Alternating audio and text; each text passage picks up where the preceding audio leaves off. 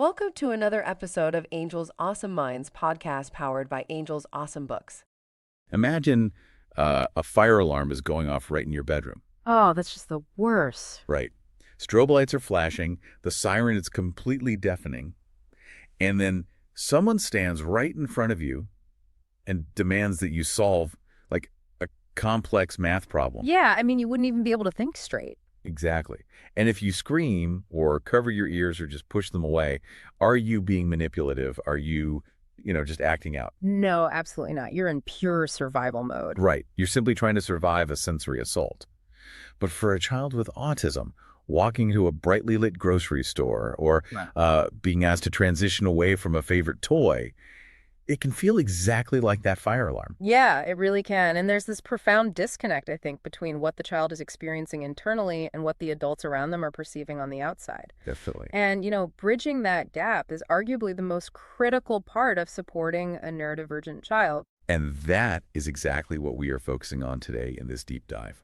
We're talking directly to you, the parents and caregivers of children with autism or developmental delays. Because there are days that are so rewarding, but also days that are just overwhelmingly challenging. Yeah, completely. We're answering your most pressing questions regarding aggression, self-injury, and all those challenging behaviors. And we're drawing our insights today from an incredible resource. Oh, yes. It's such a good one. It's The Parent's Guide to Supporting Children with Autism and Challenging Behaviors by Angelique Marshall. Her work is fantastic. It really is. For those who don't know, she has a master's degree in mental health counseling and over 20 years of experience in the behavioral health and early intervention field. She actually develops individualized applied behavior analysis, or ABA, programs. Right, and she's also the founder of Angel's Awesome Books, creating these super cool augmented reality books that help kids with learning disabilities. Which is just such an innovative way to reach kids.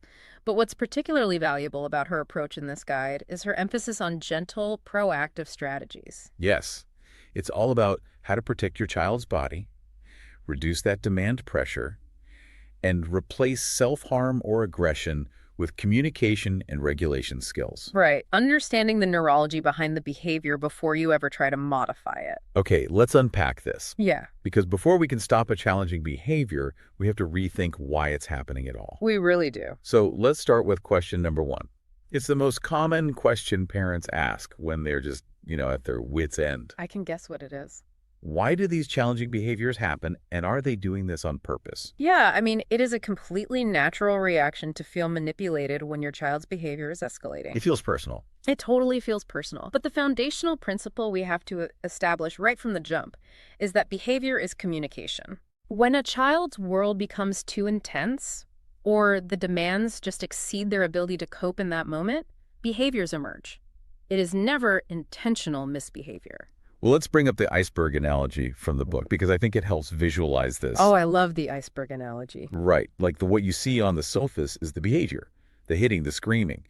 But underneath the water, there are sensory needs, communication gaps, emotional overload. All the stuff driving the behavior. Exactly. But I have to push back a little here. Okay, go for it. Because behavior as communication sounds really nice in theory. But if my kid is biting their siblings specifically because they want the iPad, how is that not just intentional manipulation to get what they want? That is such a fair question. Look, wait, so does that mean there's a difference between a typical toddler tantrum and an actual autism meltdown? Yes, there is a massive difference. And it really comes down to separating the goal from the child's neurological capacity. Okay, tell me more about that. So in a typical toddler tantrum, like wanting the iPad, the child's prefrontal cortex, that's the logical, decision-making part of the brain, it is still somewhat engaged. So they know what they're doing. Essentially, yeah.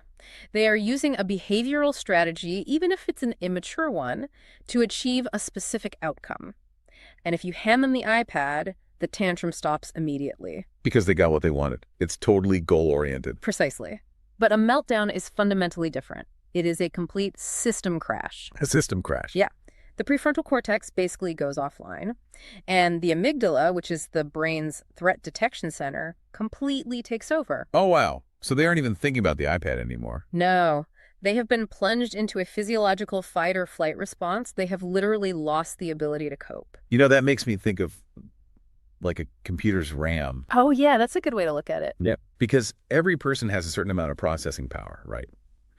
For a neurodivergent child, just dealing with the hum of the refrigerator, or a scratchy tag on their shirt, or bright fluorescent lights, that might be using up like 90% of their available RAM. Exactly. Their system is already working so hard. Right. So when you ask them to just put their shoes on, that's the program that crashes the whole system. That is a perfect analogy. And you can't just yell at a computer to open a new application when the memory is completely maxed out. No, you definitely can't. And what's fascinating here is that once the system crashes, those severe behaviors like self-injurious behaviors or SIB, where a child bangs their head or bites themselves, those are actually a fight or flight response signaling distress. It's not a choice. Not at all. Biologically, when the nervous system is that flooded, physical pain can actually serve as an extreme grounding mechanism. Wait, really? Pain grounds them. Yeah, because the body releases endorphins in response to pain, which can temporarily soothe the intense panic. They aren't trying to hurt themselves on purpose. They're just desperately trying to regulate this intolerable internal state. Wow. Okay, understanding that head banging or aggression is basically a biological grounding mechanism, that completely changes the paradigm. It really does. It removes the blame. Because you can't punish a distress signal. Exactly. Which naturally leads us to the next big question parents have. Question number 2, how do I prevent aggression or self-injury before it even starts? Well, if we run with your computer analogy, the goal is to free up the RAM before the system crashes. Okay, makes sense. And the most effective way to do that, according to Marshall's experience, isn't by talking it through, it's by using a proactive visual toolkit. Here's where it gets really interesting, because our instinct as adults is always to explain. Oh, always. We talk way too much. We do. We want to say, put your shoes on because we are going to be late for the doctor, and the doctor is going to help you feel better. We add all this language. Yeah, and that's actually making it worse. Right. The guide advocates for pointing more and talking way less. Because auditory processing is incredibly demanding on the brain. When an autistic child is edging toward a meltdown, their auditory processing centers are often the first thing to bottleneck. So our words just become noise. Exactly. Your logical explanation just sounds like that aggressive Charlie Brown teacher noise. It just increases the sensory load. But visual supports meet their unmet needs for predictability without controlling them.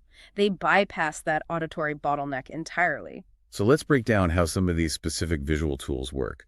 The first one Marshall highlights is the first then board. Very classic, very effective tool. It's just a visual layout, right? Mm. A picture of a demand on the left under the word first, like brushing teeth, and a picture of a preferred activity on the right under then, like a puzzle. Yeah, and the mechanics of why this works are rooted in temporal processing. Meaning how they perceive time. Right. A lot of autistic individuals struggle with time blindness or the concept of impermanence. When you just say brush your teeth, the child might experience this acute panic that this really uncomfortable sensory experience is going to last forever. Oh, wow. That sounds terrifying. It is. So showing first this, then done, proves to the child that the demand is temporary. It stops the panic of this will never end. The next tool is the choice board. This is where you offer acceptable visual choices, like pointing to a blue shirt or a red shirt, or choosing a squeeze toy versus headphones. Choice is so powerful. It is, because offering acceptable choices gives the child autonomy. It reduces demand avoidance because you're replacing the challenging behavior with decision-making. Exactly. If you feel like your whole life is dictated by adult demands, that lack of control is just so anxiety-inducing. Giving a choice safely shifts some of that control back to them. Then there's the emotion chart. Yes, this is a big one. It's basically faces showing different feelings. And I love this because, as the guide points out, you can't regulate what you can't name. That is so true.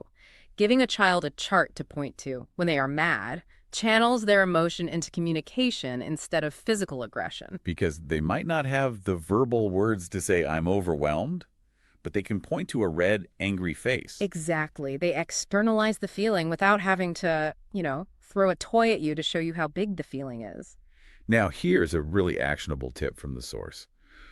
Marshall advises parents to print these out as 4x6 cards, laminate them, and keep them everywhere. Yes, the car, the kitchen, a go bag. Because if you're trying to pull up a first then board on your phone while your kid is escalating in the grocery store, Yeah. it's just a recipe for disaster. Oh, absolutely. And parents really must remember to use them before the behavior happens. And there's a strict rule here. Never remove visual supports as a punishment. Right. Taking away a visual support because they misbehaved is like taking away someone's wheelchair because they didn't eat their vegetables. That is a perfect way to put it. You just don't do it. But of course, prevention is the goal, but real life isn't perfect. Definitely not. We need to know exactly how to react when the visual toolkit wasn't enough and the child is in an active crisis. Which happens to everyone. Yeah, it does. So question number 3, what exactly should I do during a meltdown, a self-injury episode, or if my child runs away? This is where we really have to stress test the theory. Let's use the examples from the source material to bring this to life. There's Ava, who hits her head with a hard toy when a tablet is taken away. Right. And Noah, who bolts from the playground, which is elopement because another child bumped into him. Right, a sudden sensory shock. If I'm the parent in either of those scenarios, my adrenaline is spiking instantly. My first instinct is to yell their name, grab them, try to stop it. Which is completely understandable, but it's actually the opposite of what their nervous system needs. Okay, so what is the strategy here? Step 1 is always safety first. For Ava, you calmly block the injury. You insert a pillow or your hand between the toy and her head. You block the harm without violently restraining her. And for Noah? For Noah, you block the exits. You secure the perimeter, placing yourself between him and the parking lot. Okay, so block the harm, secure the perimeter. But what about talking to them? You have to aggressively reduce sensory input and demand pressure. That means using minimal language. You do not lecture Noah about cars. Right, he can't process that anyway. Exactly. Instead, use specific short scripts. For Noah, you say, you ran because it was too much. You're safe. And for Ava? You just say, I won't let you hurt.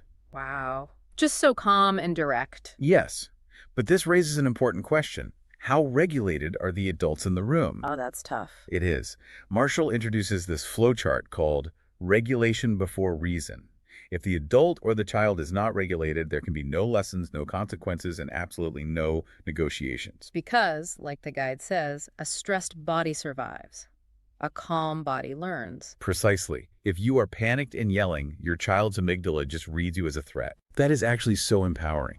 Because instead of asking the unhelpful question of how do I stop this, parents are encouraged to ask, what can my child do instead? Yes, finding replacement behaviors. Like later, when they are calm, teaching Noah to hold up a red stop card, or having Ava squeeze a stress ball. Exactly. You teach the skill when the body is calm. Now, managing these crises at home is exhausting, which is why professional support is often needed. It's a huge job for parents to do alone. But many parents are terrified of making the wrong choice when it comes to therapies like ABA or applied behavior analysis. It carries a lot of history, so that fear is valid. Which brings us to question 4.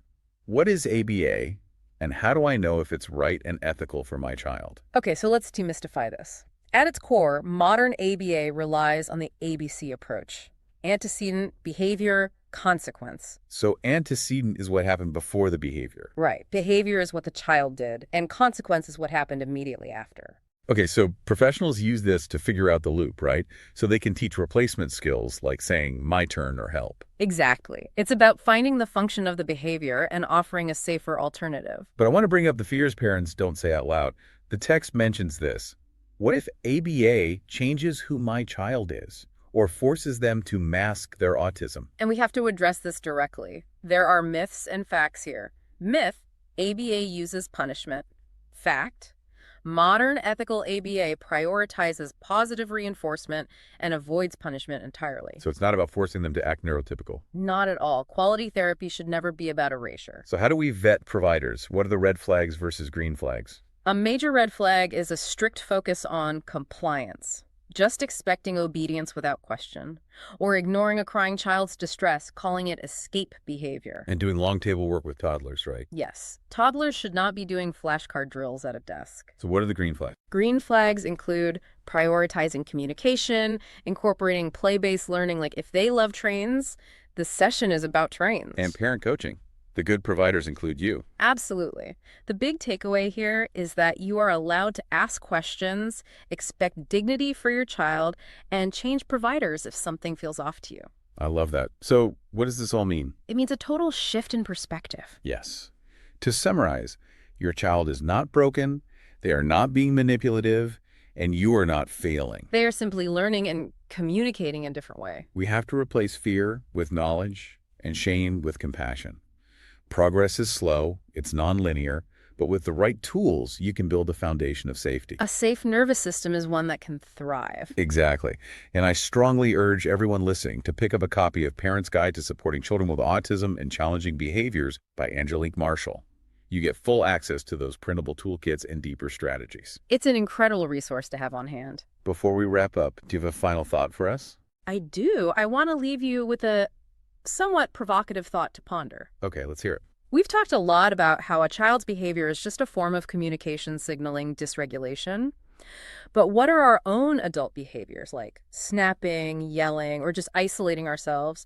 What are those communicating to our children when we are overwhelmed? Oh, wow, our own adult system crashes. Exactly. How might explicitly naming our own feelings and using our own adult emotion chart out loud change the entire dynamic and sense of safety in your household? That is so profound. Yeah, If we model that regulation, it changes everything. it really does. Well, thank you so much for joining us. To our listeners, keep leaning in with compassion, and we will catch you next time. Thanks for listening to Angel's Awesome Minds podcast. Don't forget to visit Angel's Awesome Books at angels-awesomebooks.com for more tips and resources.